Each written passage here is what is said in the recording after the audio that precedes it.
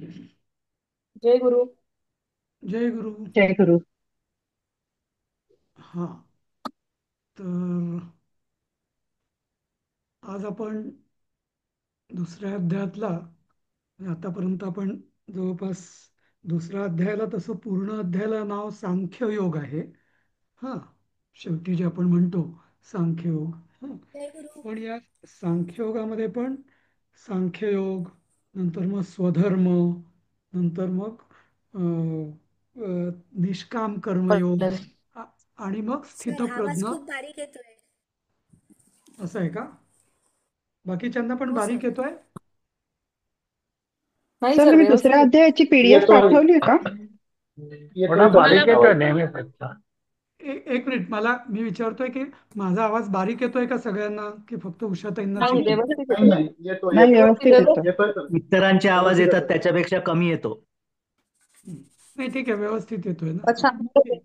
आम्हाला व्यवस्थित येतोय. ठीक आहे. हां. बरं.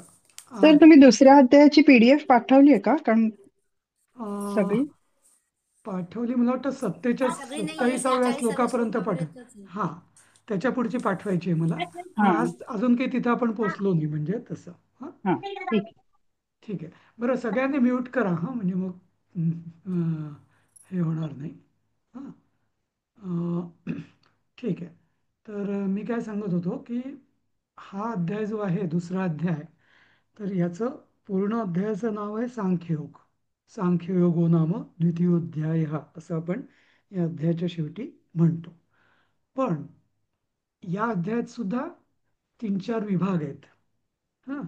एक म्हणजे पहिले परत अर्जुनाचा प्रश्न पहिल्या 10 श्लोकांपर्यंत, नंतर मग श्लोक 11 ते 30 मूळ सांख्ययोग, ज्याला आपण सांख्ययोगाचा गाभा, तो बघितला आपण. नंतर मग श्लोक 31 ते 38 स्वधर्म म्हणजे क्षात्रधर्म किंवा स्वधर्म, त्याविषयी कृष्णाने उपदेश केलेला आहे. हं. मग परत तो मग 39 ते 53 निष्काम कर्मयोग, म्हणजे हा सांख्ययोग प्राप्त कसा करायचा, सांख्ययोगाचा अधिकार कसा प्राप्त करायचा, तर त्याच्याकरता त्यांनी निष्काम कर्मयोग सांगितला. आणि मग स्थितप्रज्ञाची लक्षणं सांगितलेली अर्जुनाने विचारल्यावरून. आणि मग याच कर्मयोगाचं विस्तृत वर्णन आहे ते तिसऱ्या अध्यायात आहे. हं. म्हणजे तसं जर आपण बघितलं ना, तर दुसरा अध्याय यात गीतेचा सगळं सार येऊन जातं. सांख्ययोग पण येतो, कर्मयोग पण येतो, आणि स्थितप्रज्ञ लक्षणं पण येतात. पुढचे जे सगळे अध्याय तर आहेत मग त्या एक मिनिट देवी. हां. चित्तप्रज्ञ. हा, एक मिनिट एक मिनिट. तर या ज्या 14 श्लोकांचा विस्तार जो आहे तो पुढे तिसऱ्या अध्यायात आहे. हां. तर पण ठीक आहे, आपण आता बघू हे काय आहे ते. हा देवी, काय विचारायचं आहे? चित्तप्रज्ञ कुठल्या श्लोकापासून कुठल्या श्लोकापर्यंत आहे? श्लोक 54 ते शेवटपर्यंत. अच्छा, हा हा. त्याला वेळ आहे अजून आपल्याला. तर आपण त्या दिवशी हा श्लोक ओके सर. बघितला होता, 16 तारखेला, रविवारी. हतो वा प्राप्स्यसे स्वर्गं जित्वा वा भोक्ष्यसे महीम, तस्मादुत्तिष्ठ कौन्तेय, युद्धाय कृतनिश्चयः. तर कृष्ण त्याला परत त्याच्या स्वधर्माची आठवण करून देतोय. काय? की हे कौंतेय, हतः वा स्वर्गम प्राप्स्यसि. जर तू हत म्हणजे तू मारल्या गेलास, तर तुला स्वर्ग प्राप्त होईल, भविष्य काय प्राप्स्यसि. जित्वा वा महीम भोक्ष्यसे, आणि जर जिंकलास तर मही म्हणजे पृथ्वीचा तू उपभोग घेशील. हं. हा पण भविष्य काळाचा आहे. म्हणून तस्मात युद्धाय कृतनिश्चय उत्तिष्ठ. म्हणजे काय? म्हणून युद्धाचा तू कृतनिश्चय कर, युद्धासाठी, आणि उभा राहा. बसलेला आहेस तू, सगळा धीर सोडून तू उभा राहा. हं. तर इथं फार काही नाहीये, त्यांनी फक्त त्याचा धर्म काय ही त्याची आठवण करून दिलेली आहे. तर यात एक विशेष सांगण्याजोगं म्हणजे कसं, आपण म्हणू की हे सगळं क्षत्रियाला युद्धाला म्हणजे फक्त सैनिकालाच सांगितलेलं आहे का? तर नाही. प्रत्येकाचा आपला जो जो स्वधर्म असेल, हं, म्हणजे शिक्षकाचा धर्म, पत्नीचा धर्म, पतीचा धर्म, वगैरे वगैरे सगळं, प्रत्येकाने आपापला धर्म पूर्ण समर्पित बुद्धीने, हं, आणि पूर्ण समर्पित म्हणजे पूर्ण मन लावून, हां, जर केला तर असं म्हणता येईल, याचाच पुढं एक्सटेन्शन देऊन, की तर स्वर्ग प्राप्त होईलच, भलेही त्या त्या धर्मपालनाचं लौकिक फळ मिळो अथवा न मिळो. जसं युद्धाचं फळ तुम्हाला राज्य मिळेल वगैरे, ते मिळेल अथवा न मिळेल, पण स्वर्गप्राप्ती तर निश्चित होईल असं. आणि जर समजा तुम्ही ते साध्य जर झालं, कुठलंही जे आपण कर्म करतोय ते, तर आपल्याला त्या कर्माचा आनंदही मिळेल. म्हणजे दोन्हीकडून, जसं मी त्या दिवशी म्हटलं होतं की चित बी मेरी पट बी मेरी, तसं आपल्याला त्यामुळे तू युद्धाला तयार हो. कृतनिश्चय जो केलेला आहेस तो तू पूर्ण करायला तयार हो. तर हाच उपदेश प्रत्येकाचा जो जो जो आपला स्वधर्म आहे, तो स्वधर्म पूर्णपणे प्रामाणिकपणे आणि समर्पित भावनेने करणं, हा इथं कृष्णाने अर्जुनाला निमित्त धरून करून सगळ्यांना हा उपदेश दिलेला आहे, की प्रत्येकाने स्वधर्माचं पूर्ण पालन करा, फळाची चिंता करू नका, कारण स्वर्गफळ तर मिळणारच आहे असं, नाही का? असं. ठीक आहे, आता पुढे जाऊया. आता हे जे स्वधर्म पालनाचं जे आहे, कृष्ण जे सांगतायत, तर त्याचा या शेवटच्या याच्यामध्ये आता इथं जणू म्हणजे संपत आलेला आहे. आता तो परत सांगतोय, सुखदुःखे समे कृत्वा लाभालाभौ जया जयौ ततो युद्धाय युज्यस्व नैवं पापमवाप्स्यसी. त्याचा अन्वय काय, की सुख दुःखे म्हणजे सुख आणि दुःखामध्ये, तसंच लाभ आणि लाभऊ, लाभात आणि अलाभात, म्हणजे एखादी गोष्ट ती प्राप्त होईल अथवा न प्राप्त होईल, जयाजयौ, जय आणि अजयौ, हे द्वंद्व समास आहे. आणि द्वंद्व समास असल्यामुळे सगळे जोडी आहे, त्यामुळे प्रत्येकाच्या ठिकाणी सप्तमी द्विवचन आहे. जयाजयौ, ज्यांना संस्कृत कळतं त्यांच्यासाठी सांगतोय, बाकीच्यांनी लक्ष द्यायचं कारण नाही याच्यात. तर हे सगळे दोन जोड्या आहेत विरोधी अर्थाच्या, सुख दुःख, लाभालाभो, जय अजयो, असं. हां, तर अशा दोन्ही विरोधी परिस्थितींमध्ये किंवा परिणामांमध्ये समे कृत्वा, म्हणजे आता समे समे म्हणजे काय, त्यांना समान समतुल्य, कृत्वा म्हणजे इथं करून नव्हे तर मानून, त्याचं ते समानच आहे असं मानून, ततः युद्धाय युज्यस्व, आणि त्यानंतर तू म्हणजे कसं, मनाने तू तयारी कर, की सुख आहे दुःख आहे, लाभ आहे अलाभ आहे, जय मिळेल किंवा पराजय होईल, याचं दोन्ही मला समानच आहे, हां, असं मानून तू युद्धाला तयार हो. एवं पापम न अवाप्स्यसी, अशा रीतीने जर तू केलंस तर तुला पाप प्राप्त होणार नाही. म्हणजे तुला जी भीती आहे सारखी, की मला पाप मिळेल का, गुरुजनांना मारून, स्वजनांना मारून, कुलधर्माच्या क्षयाला निमित्त मात्र होऊन पाप मिळेल का, नाही, कारण तू स्वधर्म करतोय, पालन करतोय, त्यामुळे तुला त्या अजिबात लागणार नाही. जसं आपण म्हटलं होतं, की सैनिकांनी समोर कोणीही असो त्याला मारलं तर त्याला हत्येचं पाप लागेल का कधी? म्हणजे इतर वेळेस त्याला आपण त्या हत्येला आपण खून म्हणतो, मर्डर म्हणतो, पण सैनिकांनी जर मारलं तर त्याला उलट वीरचक्र, परमवीर चक्र वगैरे, म्हणजे त्याचा आपण सन्मान करतो, नाही का? तसंच. हम्म. तर अशा रीतीने हा 38वा अध्याय आहे. इथपर्यंत त्यांनी स्वधर्म, क्षात्रधर्म स्पेसिफिकली म्हणजे अर्जुनाकरता, पण आपल्याकरता म्हटलं तर स्वधर्माचं पालन करणं किती महत्त्वाचं आहे. आणि ज्याला फार म्हणजे आत्मज्ञान वगैरे या भानगडीत पडायचं नाही आहे, त्याला तो सोप्पा उपदेश देतो, की तुझा धर्म काय तो तू पालन कर, त्यात तुला पाप लागणार नाही. इतका सोपा उपदेश, आणि हा उपदेश सगळ्यांना कळू शकतो. आत्मा अविनाशी वगैरे वगैरे हे फार म्हणजे सगळ्यांना ते पचनी पडेल असं नाही, पण माझा हा धर्म आहे आणि तुझं तू करणं आहे. शेतकऱ्याचा धर्म वेगळा, सैनिकाचा वेगळा, शिक्षकाचा वेगळा, कर्मचारी असेल तो वेगळा, नाही का, कामगार मजूर असेल त्यांचा वेगळा, पण प्रत्येकाचा धर्म त्यांनी त्याने जर योग्यपणे केला तर त्याला अं, तो म्हणजे स्वर्गच प्राप्त होईल, आणि मुख्य म्हणजे पाप लागणार नाही. आता याचं मी अजून एक उदाहरण देईल, की समजा एखादा खाटीक असेल, हं, तर खाटीक हा तसं म्हटलं तर किती प्राण्यांची रोज हत्या करत असेल, बरोबर. पण असा जर विचार केला की नाही, तो खाटीक आहे, त्या खाटिकाचा धर्मच मुळे मांस विक्री म्हणजे प्राण्यांना मारून मांस विक्री आहे. हम्म. तर त्या दृष्टीने त्यामुळे त्या सगळ्या प्राण्यांना मारण्याचं पाप त्याला लागेल का?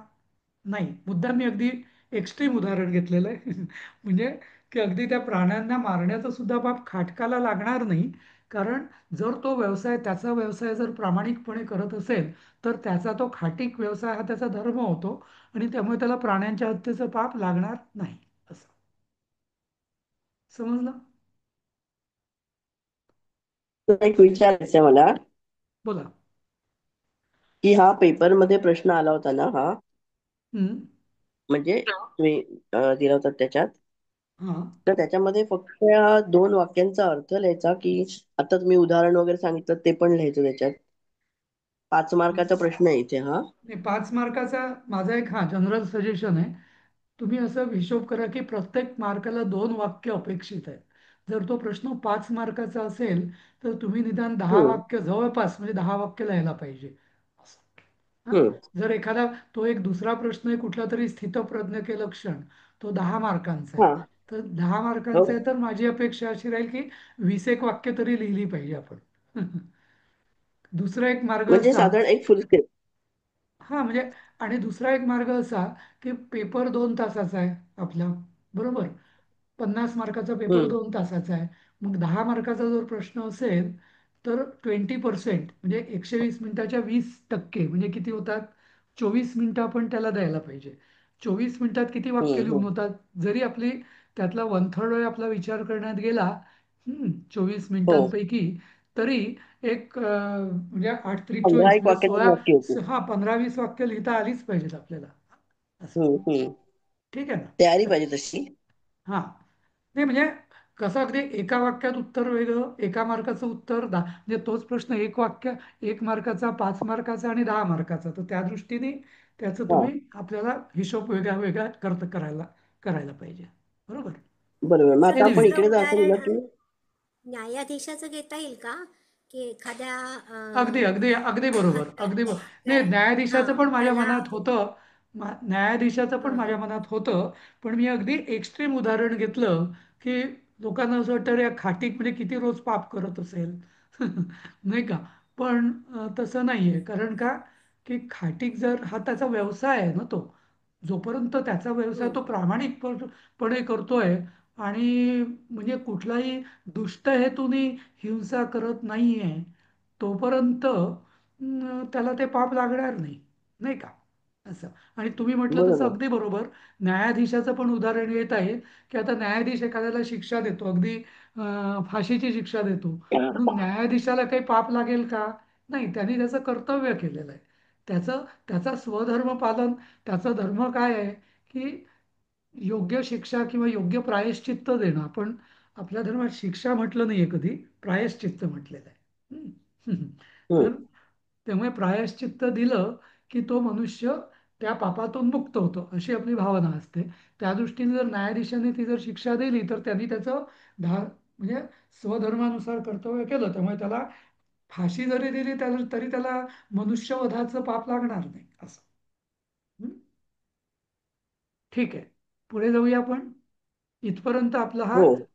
स्वधर्म, हा याविषयी आपण 8 श्लोक बघितले, श्लोक 31 ते 38. हा म्हणजे म्हणजे इथे अर्जुनाचा धर्म क्षेत्ररक्षण हा धर्म आहे ना त्याचा, क्षत्रिय अर्जुनाचा. क्षत्रिय म्हणजे क्षात्र धर्म आहे त्याचा. युद्ध करणं, हा. धर्मयुद्ध करणं हा त्याचा धर्म आहे हा. बरोबर. हम्म. हा. हा. ठीक आहे, धर्मयुद्ध पुढे असं जाऊया. म्हणायचं. धर्मयुद्ध, होय. ओके. हा. आता 39वा श्लोक. आता इथे एक टर्निंग पॉइंट आहे. कारण कृष्णाने सांख्ययोग सांगितला श्लोक 11 ते 30 मध्ये. 31 ते 38 मध्ये स्वधर्म, धर्मपालन, हा त्याचं महती सांगितली. आता कृष्ण म्हणतोय एषा ते भीता सांख्ये बुद्धिर्योगे त्विमां शृणु बुद्ध्या युक्तो यया पार्थ कर्मबंध प्रहास्यसि. कर्मबंधम प्रहास्यसि. द्वितीय आहे कर्मबंधम. तर आता याचा अन्वय काय? हे पार्थ, म्हणजे हे अर्जुना, एषा म्हणजे ही, हा, बुद्धी म्हणजे तुझे बुद्धी किंवा विचार, हा, ते ते म्हणजे तव, तुझ्याच करता, हा, ते तव या अर्थाने, सांख्ये, सांख्य म्हणजे काय? आता जसं मी आधीच्या आपल्या वर्गात पण सांगितलं होतं की सांख्य म्हणजे काय, तर ज्ञानयोग. ज्ञान. हा, संख्या वगैरे आपण बरीच चर्चा केली होती त्याविषयी, बरोबर, कोणीतरी प्रश्न विचारला होता तर सांख्ये म्हणजे ज्ञानयोगात, हा, म्हणजे ही, हे अर्जुना, ही तुझी बुद्धी ज्ञानयोगात, हा, अभिहिता, हा, म्हणजे आता ही बुद्धी जी आहे, तर ही ज्ञानयोगाने कशी विचार करायचा हे तुला सांगितलेलं आहे. बरोबर. म्हणजे सांख्यदृष्ट्या किंवा ज्ञानयोग दृष्ट्या कसा विचार करायचा, की आत्मा अविनाशी आहे, तो कोणी कोणाकडून कोणाला मारला जाऊ शकत नाही, हा, त्याला कोणी मारत नाही, तो कोणाकडून मरत नाही, वगैरे वगैरे, हा. परंतु तू इमाम, परंतु इमाम योगे, हा, म्हणजे आता ही, आता थोडंसं इथं डावीकडे आणि उजवीकडे तुम्ही बघताय ना, त्यात थोडा अर्थामध्ये फरक आहे. का बरं आहे तो मी सांगतो. आता तो सांगतो की, एक मिनिट नुसतं, थोडं नंतर फोन करतो मी, दुसरा क्लास सुरू आहे. हा. हम्म. तर तो म्हणतो की, पण आता या सांख्य योगामध्ये तू विचार कसा करशील, म्हणजे तुझी बुद्धी या सांख्य योगामध्ये किंवा ती तुला प्राप्त कशी होईल. हम्म. तर परंतु इमाम योगे शृणु, त्यामुळे इमाम योगे शृणु, तर योग म्हणजे काय, आता इथं पहिल्यांदा योग हा शब्द आलेला आहे.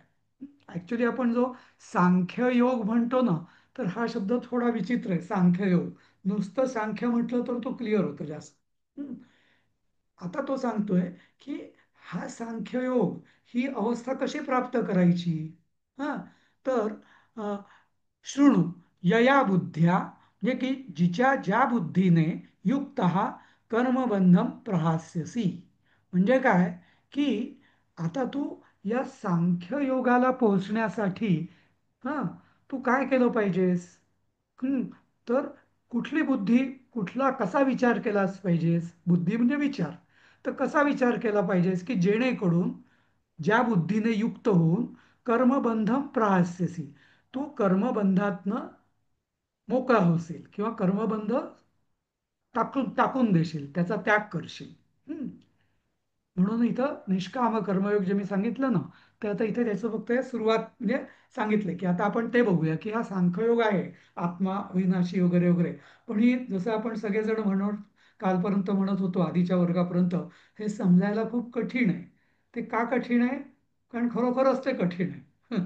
म्हणून मग ते कसं मिळवायचं, त्या बुद्धीच्या, ते बुद्धी प्राप्त करण्यासाठी आपली काय, कशी तयारी केली पाहिजे आपण, तर त्याचं आता उत्तर कृष्ण पुढच्या श्लोकांमध्ये देत आहे. हं. आणि त्याच्याकरता आवश्यकता काय आहे? कर्मबंधम प्रहास्यसी, जोपर्यंत कर्मबंध आपले तुटत नाही, तोपर्यंत आपण ज्ञानयोगात आपली बुद्धी किंवा सांख्यामध्ये आपली बुद्धी स्थिर राहू शकणार नाही. समजलं? त्यामुळे जसं मी तुम्हाला तेव्हाही सांगत होतो की फार विचार करू नका, ते समजलं नाही समजलं, कारण आपल्याला ती पात्रता मिळवायची अजून, आणि त्याच्याकरता काय करायचं ते आपलं अंतिम साध्य आहे. त्याच्याकरता आता काय काय केलं पाहिजे, त्याच्याकरता खरी गीता आहे. हं. आता ते बघूया आपण. हं. पुढचा श्लोक, 40वा. तर आता 40व्या श्लोकापासून खरा निष्काम कर्मयोग, 39व्या किंवा 40व्या श्लोकापासून निष्काम कर्मयोग सुरू होतो. निष्काम हे फार महत्वाचं आहे ना इथं. हं. नेहाभिक्रमनाशोऽस्ति प्रत्यवायो न विद्यते स्वल्पमप्यस्य धर्मस्य त्रायते महतो भयात्. तर आता कृष्ण सांगताय की इह, इह म्हणजे या निष्काम कर्मयोगात, अभिक्रमनाश, म्हणजे काय, की या निष्काम कर्मयोगात जे आपण आरंभ केलेलं आहे, जे काय आपण अभिक्रम म्हणजे आपण जे कार्य हातात घेतलेलं आहे किंवा ज्या उद्देशाने आपण हे करायला जातो आहोत याचा नाश हं, न अस्ति. इह अभिक्रमनाशः न अस्ति. म्हणजे इथं नाहीतर बऱ्याचदा कसं होतं की आपण उदाहरण देतो मी की एखादी आपण शेती करायला घेतली पण एखाद्या वर्षी पाऊस नाही आला तर ते शेतीचे सगळे श्रम फुकट जातात. पण हा निष्काम कर्मयोग असा आहे की याच्यामध्ये तुम्ही केलेल्या कर्माचा कर्म म्हणजे अं, तो अभिक्रम कर्म नको म्हणूया आपण अभिक्रमाचा नाश होत नाही म्हणजे जे काय आपण करतोय त्यातनं आपण मागे जात नाही. बरोबर का आणि प्रत्यवाय न विद्यते. प्रत्यवाय म्हणजे काय त्यात काही संकट पण येत नाही किंवा ऍक्च्युली संकटांपेक्षा दोष आणि त्याच्यात काही दोष पण नाहीये. म्हणजे समजा हे करत असताना जर काही चुकी जरी झाली तरी त्याचा दोष मग त्याचं प्रायश्चित्त वगैरे वगैरे नाही. जसं आपण म्हणतो किंवा एखादं पूजा कर्म करतोय आपण बरोबर आणि मग त्यात काही जर चुकी झाली तर मग काहीतरी म्हणजे असं आपण म्हणतो ना अरे दिवा गेला किंवा काय झालं वगैरे असं कुठल्याही इतर कर्मांमध्ये नाही का तर मग त्याचं प्रायश्चित्त करावं लागतं किंवा लौकिक कर्मामध्ये सुद्धा समजा एका वेळेस जर शेतकरी जर पेरणी करतोय आणि ती पेरणी समजा त्यांनी बरोबर नाही केली तर त्याचा दोष येतो मग त्याला परत पेरणी करावी लागते नाही का म्हणजे तर कुठल्या याच्यात ते जे दोष असतात त्या दोष पुन्हा निवारण करावं लागतात जर ते नीट केलं नाही तर. पण या निष्काम कर्मयोगात तसं काही नाहीये. हा अस्य धर्मस्य स्वल्पम अपि महतः भयात त्रायते.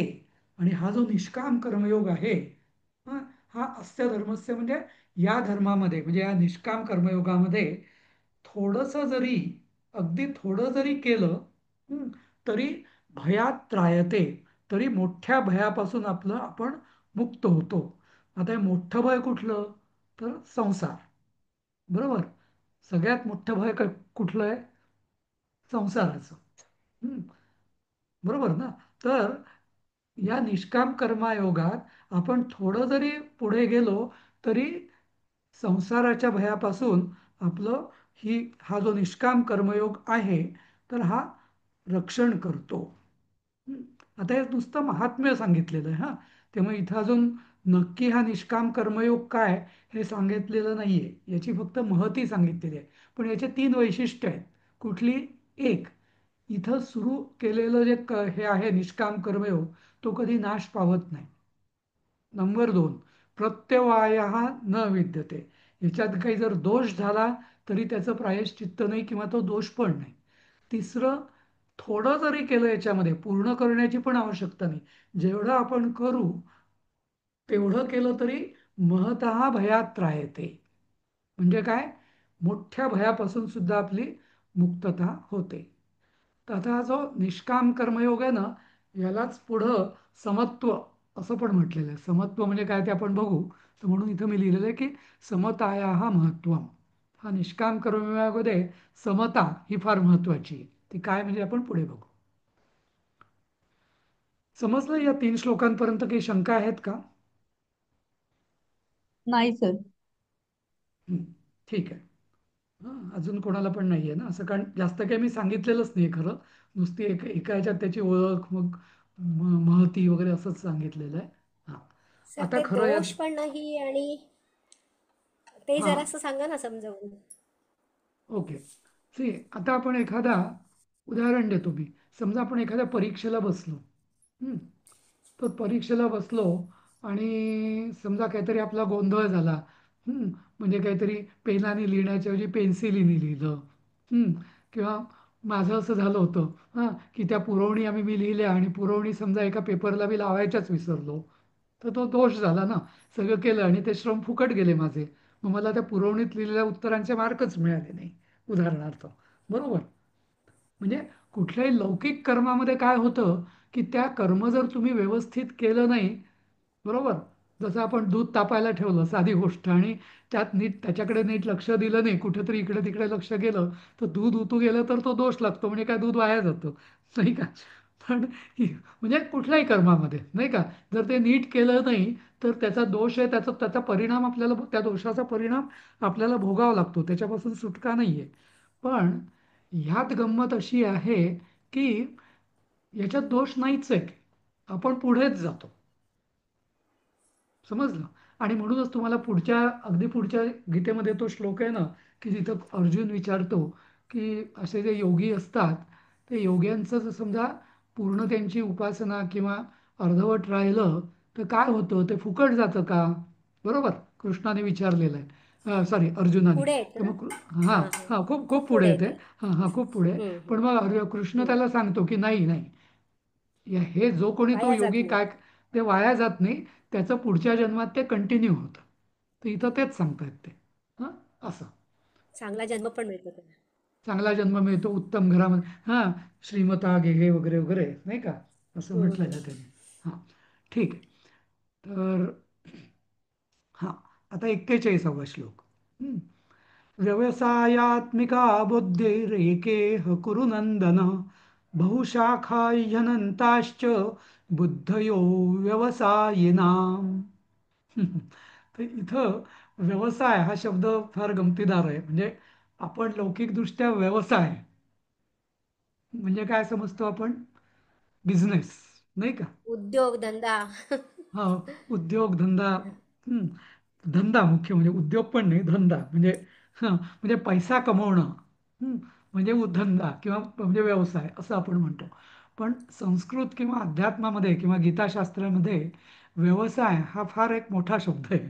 इथे म्हटलेलं आहे व्यवसायात्मिका बुद्धी, काय ते बघूया. हां, सांगतो मी. तर याचा अन्वय काय? हे कुरुनंदन. कुरुनंदन म्हणजे कुरुकुलातला नंदन, हां, म्हणजे अर्जुन. हे अर्जुना, इह म्हणजे हा ह्या योगात, हा योगात म्हटलेलं नाहीये किंवा या निष्काम कर्मयोगात, हा व्यवसायात्मिका बुद्धी ही. आता ही व्यवसायात्मिका बुद्धी म्हणजे काय? तर याचे 3 भाग आहे. उपसर्ग आहे, अवसाय अधिक आत्मिका. म्हणजे काय, की ज्या बुद्धीमध्ये ज्या बुद्धीमध्ये विशेषतेने अवसाय आत्मिका जी आहे, म्हणजे काय, पूर्ण एकाग्रता आणि पूर्ण स्थिर बुद्धी. हम्म. व्यवसायात्मिका बुद्धी म्हणजे काय? स्थिर बुद्धी, चंचल बुद्धीच्या विरोधी स्थिर बुद्धी, पूर्ण स्थिर बुद्धी, फोकस्ड ज्याला आपण म्हणतो. हा, एकाही, एकाही म्हणजे ही एकच आहे. हम्म. म्हणजे याच्यात काही वेगवेगळे प्रकार नाही आहेत, थोडक्यात सांगायचं म्हणजे. आणि म्हणजे स्थिर बुद्धी ही एकच आहे. हम्म. आता याचं पुढे मी सांगतो अजून, पण अर्थ फक्त शब्दार्थ बघूया आपण, शाब्दिक अर्थ. अव्यवसायी नाम म्हणजे काय, आणि याच्या उलट ज्या अव्यवसायी नाम म्हणजे अस्थिर ज्या बुद्धी असतात, बुद्ध ह्या म्हणजे शेकडो प्रकारच्या आहेत त्या बुद्धी. अनंताहाच बहुशाखा, याच्या उलट ज्या चंचल बुद्धी असतात ना, त्या अनंत आहेत आणि त्याला खूप शाखा आहेत. हम्म. म्हणजे जसं आपण व्यवहारात पण आपण बघतो, एखादा चंचल माणूस असतो किंवा आपण सुद्धा बऱ्याचदा जेव्हा आपलं मन स्थिर नसतं तेव्हा आपण कसं करतो, घटकेत हे बघ ते बघ. बरेच लोक टी व्हीचे चॅनेल्स बघत असतात, हे चॅनेल ते चॅनेल ते चॅनेल नाही का, सारखं आपलं डोकं. आणि हल्लीचं तर युग असं आहे, मोबाईल आणि हे सगळं, की ते आपल्याला व्यवसायात्मिका बुद्धीकडून आपल्याला अव्यवसायात्मिका बुद्धीकडे नेत आहे नाही का. स्थिर बुद्धीकडून आपल्याला अधिकाधिक आपण चंचलतेकडे चाललेलो आहे, दुर्दैवाने नाही का.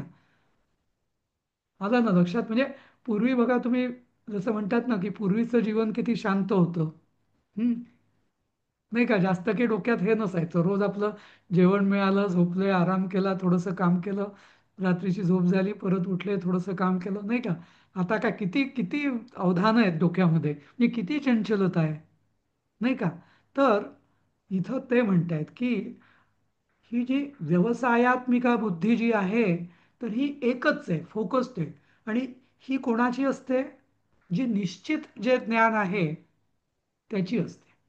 म्हणजे की मला मोक्ष प्राप्ती करायची आहे, हा एकच माझं ध्येय. याच्यात मी विचलित होत नाही. मग तुम्ही म्हणाल की तेच ध्येय का असलं पाहिजे, मोक्षप्राप्ती म्हणजेच व्यवसायात्मिका बुद्धी असं का? तर याचा उत्तर असं आहे की बाकी सगळे जे आपली ध्येय असू शकतात ना, त्याला अंत आहे. बरोबर. समजा मी म्हटलं की मी ही पूजा करीन, हे मी अनुष्ठान करीन, त्याला अंत आहे. ते अनुष्ठान पूर्ण झालं की ती बुद्धी मग आता दुसरं काय करू. बरोबर. पण मोक्षप्राप्ती किंवा ज्याला आपण मोक्ष पण नाही म्हणणार मी, मी म्हणेल की स्थिर बुद्धीच हे नाव आहे त्याला, निर्भय आणि स्थिर बुद्धी. हं? मुक्त, मुक्त अवस्था, तर त्याला अंत नाहीये. बरोबर. जसं म्हणजे एक मी उदाहरण देईन. आत्ताच मी परवा स्विमिंगला गेलो होतो. तर काही जण पोहत होते, स्विमिंग करत होते, आणि दोघं तिघं जण मी बघितलं ते आनंदाने मग असे शांतपणे फ्लोटिंग करत होते स्विमिंग पूलमध्ये. बरोबर. तर ते शांत, म्हणजे बघा, पोहणाऱ्याला सतत हातपाय मारावे लागतात, सतत चंचल, नाही का? म्हणजे एक्झरसाइज म्हणून ते ठीकच आहे. पण याच्या उलट जो फ्लोटिंग करत होता, जी व्यक्ती फ्लोटिंग करत होती, ती अगदी शांत, अगदी 10-15 मिनिटं मी बघितलं, अगदी शांतपणे फ्लोटिंग करत होती. कशाचा काही पत्ता नाही, बाकी कोणी काही करो. तर म्हणजे हे एक मी लौकिक उदाहरण दिलंय. स्थिर बुद्धी जो असा, जसं आपण एखादा म्हणतो, एखादा असतो तो खूप पूजा पाठ हे ते गोंधळ गोंधळ करेल, आणि एखादा नुसता शांत डोळे मिटून निर्विकार, भले तो जागृत असेल, डोळे पण उघडे असतील त्याचे, पण त्याची बुद्धी स्थिर असते, नाही का? पण बाकी जे गोंधळ करणारे असतात त्यांचे किती अवधानं असतात, नाही का? तर इथं कृष्ण ते सांगतायत की एकाग्र बुद्धीचं महात्म्य, आणि ती खरी एकाग्र बुद्धी फक्त निर्भय मुक्तता म्हणजे मुक्त, आणि मोक्षप्राप्ती याच अर्थाने होऊ शकते, नाही का? आणि आत्मचिंतन यांनीच होऊ शकते. इतर कुठल्याही गोष्टीत, अगदी उपासना मार्गात सुद्धा पूर्ण स्थिर नाही राहू शकत. काही वेळ स्थिर राहू शकतो, नाही का? पण इथं जी त्यामुळे स्थिर बुद्धी जी सांगितलेली आहे, व्यवसायात्मिका बुद्धी, ही त्या आत्मचिंतनात मग्न किंवा आत्मज्ञानात मग्न, आत्मानंदात मग्न अशी जी बुद्धी आहे, तर तिला व्यवसायात्मिका बुद्धी असं म्हटलेलं आहे. समजलं? जर अस्थिर बुद्धीचं बायकांना पटेल असं उदाहरण म्हणजे हम्म. साडी विकत घेताना दुकानदाराकडे जाणं. बरोबर. तुम्हीच बोलताय म्हणून ठीक आहे. बरोबर. आणखीन एक सांगता येईल. हा. संगीतामध्ये सा लावायला शिकवतात ना, हा. हो. स्वर लावायला शिकवतात, हा. तेव्हा ती बुद्धी स्थिर करावीच लागते. तो ऐकू करावीच लागेल. येणारा स्वर आणि हम्म. तुम्ही म्हणणारा सा, होय. जसं ते ओंकाराचं आहे तसंच आहे ते सा अग- करून लावणं, तिथे अगदी स्थिर बरोबर. बुद्धी करावीच लागते. बरोबर. त्यालाच पुढं आध्यात्मिक भाषेत नादानुसंधान असं म्हणतात. हा, नाद नादानुसंधान. अनुसंधान. हा. म्हणजे अनुसंधान म्हणजे एकाग्रताच, हा, आणि नादावरती पूर्ण अनुसंधान असं. हं? ठीक आहे. तर आता पुढचे हे 3 श्लोक आहेत ना पुढचे, तर हे ऍक्च्युली याचं म्हणजे क्रियापद आहे, म्हणजे वाक्य पूर्ण हे 3ऱ्या श्लोकात होतं. म्हणून हे असं दाखवतोय जरा. पण मी वाचतो आधी.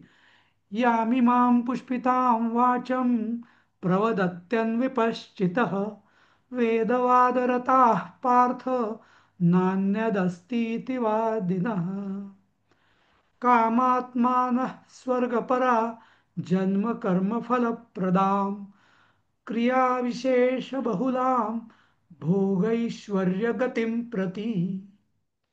तर त्या 2 श्लोकांचा तरी घेऊया आपण अन्वय तरी. हा. हे पार्था. हं, आता आता इथं पार्था पहिल्या श्लोकात आहे, ते संबोधन आहे. हे पार्था, वेदवादरताः. तर वेदवादरताः म्हणजे काय? की जे आता आपल्याला वाटतं की वेद म्हणजे खूप मोठे महान वगैरे वगैरे, हे सगळं जरी ठीक असलं तरी वेदांमध्ये मुख्यत्वे करून 2 विभाग आहेत. एक म्हणजे कर्मकांड आणि दुसरं आहे ज्ञानकांड. कर्मकांड किंवा ज्याला उपासना कांड म्हणता येईल. आणि दुसरं आहे ज्ञानकांड. हं. तर बहुत करून हे सगळे वेद, यज्ञ, याग, त्याचे सगळे विधी वगैरे, हा सगळा जो विभाग आहे याला, हा सगळा कर्मकांडात येतो. संहिता ज्याला म्हणतात. हं. हां. आणि जो ज्ञानाचा जो भाग आहे तो उपनिषद भाग, हां, किंवा ज्याला उत्तर मीमांसा पण म्हणता येईल, उत्तर मीमांसा, तर त्याच्यात येत आहे. हां, की ज्याला किंवा वेदांत असंही म्हणतात. हां, तर इथं जे वेदवाद रताहा हे म्हटलेलं आहे, तर हे सगळे कोण? हे अर्जुना वेदवाद रता म्हणजे वेदांविषयी चर्चा करण्यामध्ये, हां, हे असं आहे, ते तसं आहे, हा विधी असा करावा, तो विधी तसा करावा, असं अन्यत न असती. हं. म्हणजे असे जे वेदवादरता म्हणजे कर्मकांडाविषयी वादविवाद घालणारे, थोडक्यात. हां, हां. आणि याच्याविषयी दुसरं काही न करणारे, नुसतं कर्मकांडाविषयी चर्चा. हं. हां. नंतर इतिवादिनः, म्हणजे असे जे वादविवाद करणारे अविपश्चिता, असे अज्ञानी. विपश्चित म्हणजे ज्याला आपण ज्ञानी म्हणू. विपश्चिता म्हणजे ज्ञानी, पश्चित म्हणजे जाणणारा, विपश्चित म्हणजे चांगलं जाणणारा, म्हणजे व्यवस्थित ज्ञानी. आणि अविपश्चित म्हणजे अज्ञानी, असं. तर असे जे अज्ञानी लोक आहेत, म्हणजे खरे ते, त्यांना वाटतं की आपण खूप ज्ञानी आहोत, पण खरे ते अज्ञानी असतात, कारण ते अनात्मविद्येविषयी बोलत असतात. हं. अध्यात्मामध्ये ज्या लौकिक विद्या आहे ना, त्यांना अविद्या म्हणतात. लौकिक विद्या म्हणजे कुठल्या? शिल्पविद्या, शास्त्रविद्या, या त्या. कारण ते म्हणतात की या विद्या काही खऱ्या विद्या नाही आहेत, त्यांनी काही मोक्षप्राप्तीसाठी काही त्याचा उपयोग आहे का? नाही. 64 कला वगैरे वगैरे, या सगळ्या ज्या विद्या असतील, तर या आध्यात्मिक दृष्टीने त्याला अविद्या म्हटलं जातं. विद्या कुठली? तर जी आत्मज्ञान देते, ती फक्त विद्या. असं. तर हे जे वेदवाद रताः इति वादिना वगैरे आहे, तर या सगळ्या अनात्मवादिना म्हणजे म्हणजे लौकिक गोष्टींसाठी, भोगासाठी चर्चा करणारे, फळांसाठी. नंतर दुसऱ्या श्लोकांमध्ये कामात्मान, सकाम, स्वर्गपराह. म्हणजे इथं आता कामात्मानः आणि स्वर्गपराह याचा अर्थ काय होतो? की ऐहिक भोग. म्हणजे कोणी जाईल देवाला नवस बोलेल, कोणीतरी उपास करेल, मला हे होऊ दे, मला ते होऊ दे, हां, मला हे मिळू दे, माझ्या मुलगा होऊ दे, मुलाला परीक्षेत पास होऊ दे, नोकरी मिळू दे, मुलगा होऊ दे, वगैरे वगैरे, असं सगळं. हां. आणि स्वर्गपरा, आणि मी मेल्यावरती मला स्वर्ग मिळू दे, वगैरे वगैरे, ते सुद्धा. कारण वेदामध्ये असे बरेच विधी आहेत की ज्याच्यामध्ये आपण मेल्यावरती आपल्याला स्वर्गप्राप्ती होईल, असं वगैरे वगैरे आहे. भोगैश्वर्य गतिम प्रती, म्हणजे हे सगळे जे आहेत, ते भोग आणि ऐश्वर हे याच्यात गतीच्या प्राप्तीसाठी भोग मिळावे आणि ऐश्वर मिळावं, ह्या लोकामध्ये किंवा परलोकामध्ये. आणि दुसरं जन्मकर्म फलप्रदान. तर याने काय होतं?